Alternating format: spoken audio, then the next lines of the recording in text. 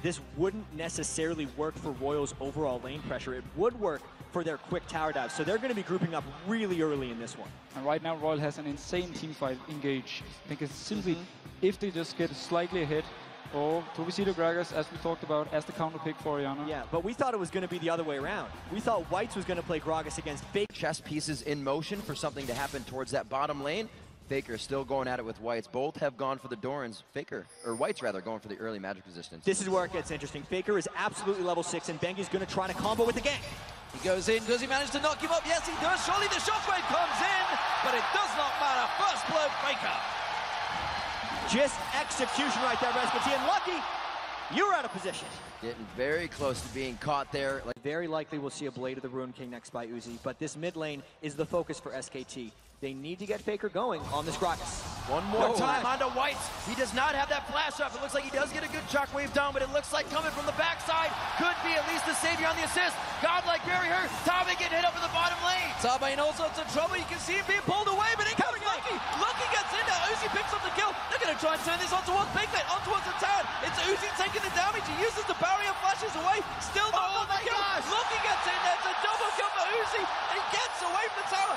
Coming in though, it's going to be Bengi. Bengi is just on the outside of the wing. Lucky's trying to be there to thwart him off. Does he have the cocoon? Throw it over the wall. Uzi does it with the damage. His blue buff as well. The big man is also an assassin. It looks like they're going to put 4 strong towards the bottom lane. That Lucky, his spidey sense is tingling, but I don't know if it's going to be too little too late. Ooh, this is extremely dangerous. Uzi is getting very low, and Faker is ready to go. Explosive cask is ready. We can see him getting hooked in. Tabe does get the crescendo off, but immediately he is going to go down. And now Uzi's in trouble. Can he get 1 kill? No, he can't. It's going to be 2 for SKT. 4 kills onto Faker. That could not have went better for SKT. Swings the gold, swings the advantage. Impact starting to build up that CS lead. Do see in the middle, there's going to be a catch on towards Piglet. It's the ball delivery system. Is it going to be enough damage to go down? It surely will be. And it's Whites finally getting his first kill. Teleport and the Malphite to come back up on the ult. And right now, Royal's general strategy of pushing all the lanes might be backfiring because they don't have enough pressure. Oh, Tabe in all sorts of trouble here, trying to get away from this one. He pulls in Piglet. Piglet picks himself up. The easiest kill he'll get of the game. And every lane is getting punished for Royal right now because Godlike cannot push up against Impact, and Faker's destroying Whites. There it is again, one after the other. We've seen Gragas in this as well, but I don't think they are going to get too far. SKT is already trying to cut them off. They're trying to catch out Tabe, flash crescendo, teleport coming in, they're going to get on Faker, Faker goes down! Oh no, disaster though! The shutdown gold goes to Tabe.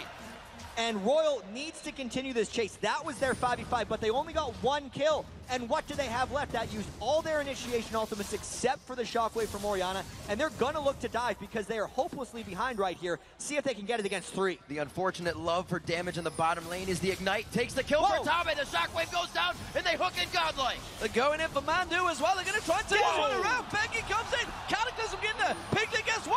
Piglet gets 2. Can they turn it around? It's going big. Godlike trying to get away from this one. 1 more hit will do it. And Lucky and Mandu duking it out, looking down the river.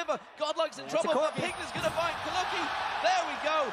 And after the fight or after a dragon, they're continuously moving off of their engagements. Here's the situation right now in this game because SKT has stopped Royals early, and now Royal is forced into trying to catch fights every time they miss. You just saw crescendo, you just saw teleport. Everything becomes a little safer. The map is even more yours. They can engage on this. They have no vision in the mid lane, but they will know they're rotating soon. SKT just knows they can flex their muscles right now. Oh, coming right back, trying to catch Impact. Coming straight back in. Impact does go down. It's Uzi that gets the kill, and he... Multiple 20-minute Barons, although it's very dangerous. They were able to put themselves in that position. Now SKT has done such. The warding, as you said, Jat, pretty much uncontested now because of that. And here's the most interesting part about this Baron jump in. Everyone came in through the back of the pit. And since Royal's been turtled in their base for so long, they put a question mark on it. They never had the time to move in. And here's the face check.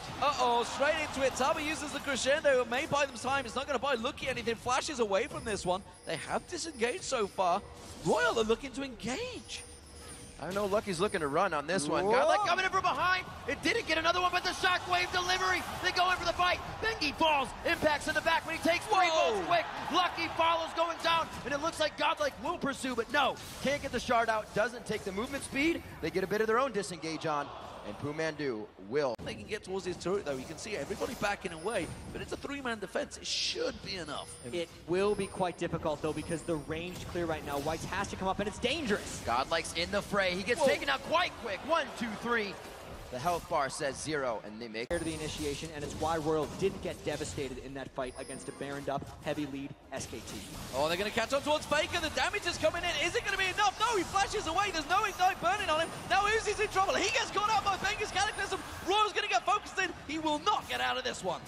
Gonna drop down, doesn't even get the chance, tries these guys. Right now they go for damage poke. They want the fight, they're not even really going for the turret. It's always the 1-2, the hook, can they get the cast? Oh, the Unstoppable Force, and they go into the fight. They're going in for Faker, they do come into the crescendo, but they haven't got him down yet. He's gonna run away from this one, will finally get caught out, but it's the depth of the Royal Gaming getting caught out completely. They're just dropping like flies.